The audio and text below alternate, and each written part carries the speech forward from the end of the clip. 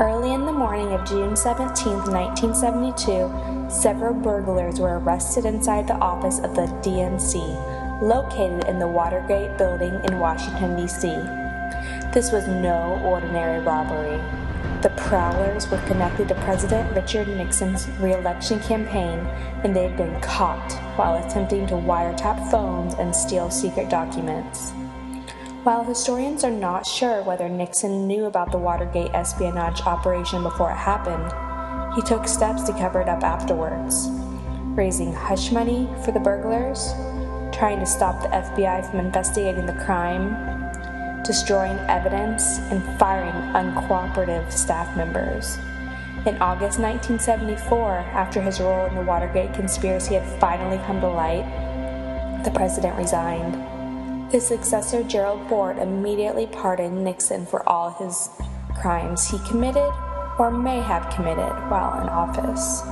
Although Nixon was never prosecuted, the Watergate scandal changed American politics forever, leading many Americans to question their leadership and think more critically about the president. Watergate, the break-in. The origins of the Watergate break-in lay in the hostile politics of the 1960s. By 1972, when Republican President Richard Nixon was running for re-election, the U.S. was embroiled in the Vietnam War and deeply divided internally.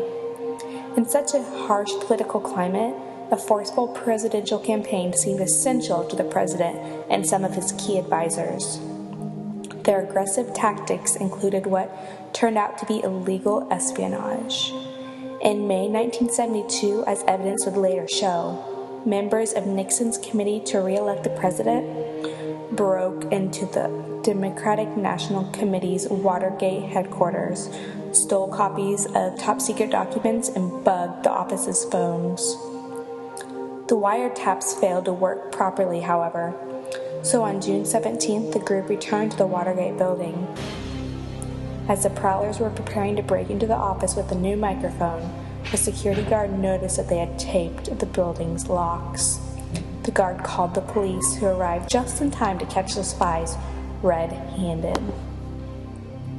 It was not immediately clear that the burglars were connected to the president, though suspicions were raised when detectives found copies of the White House's phone number among the burglars' belongings. In August, Nixon gave a speech in which he swore that his White House staff was not involved in the break-in. Most voters believed him, and in November the president was re-elected in a landslide. Watergate, the cover-up. It later came to light that Nixon was not being truthful. A few days after the break-in, for instance, he arranged to provide hundreds of thousands of dollars in hush money to the burglars. Then he and his aides hatched a plan to instruct the CIA to impede the FBI's investigation of the crime. This was a more serious crime than the break-in.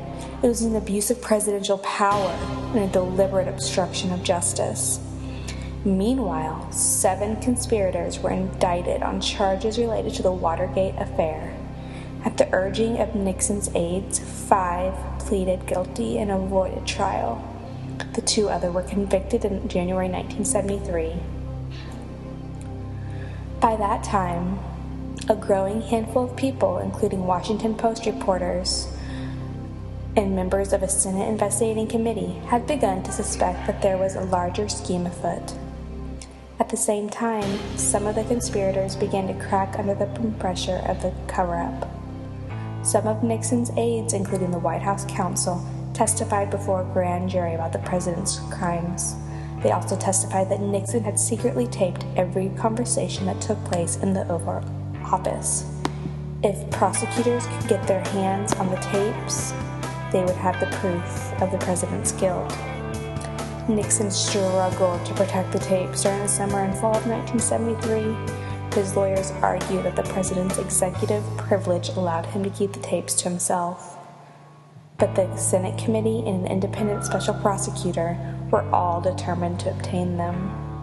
When Cox refused to stop demanding the tapes, Nixon ordered that he be fired, leading several Justice Department officials to resign in protest. Eventually, Nixon agreed to surrender some, but not all of the tapes.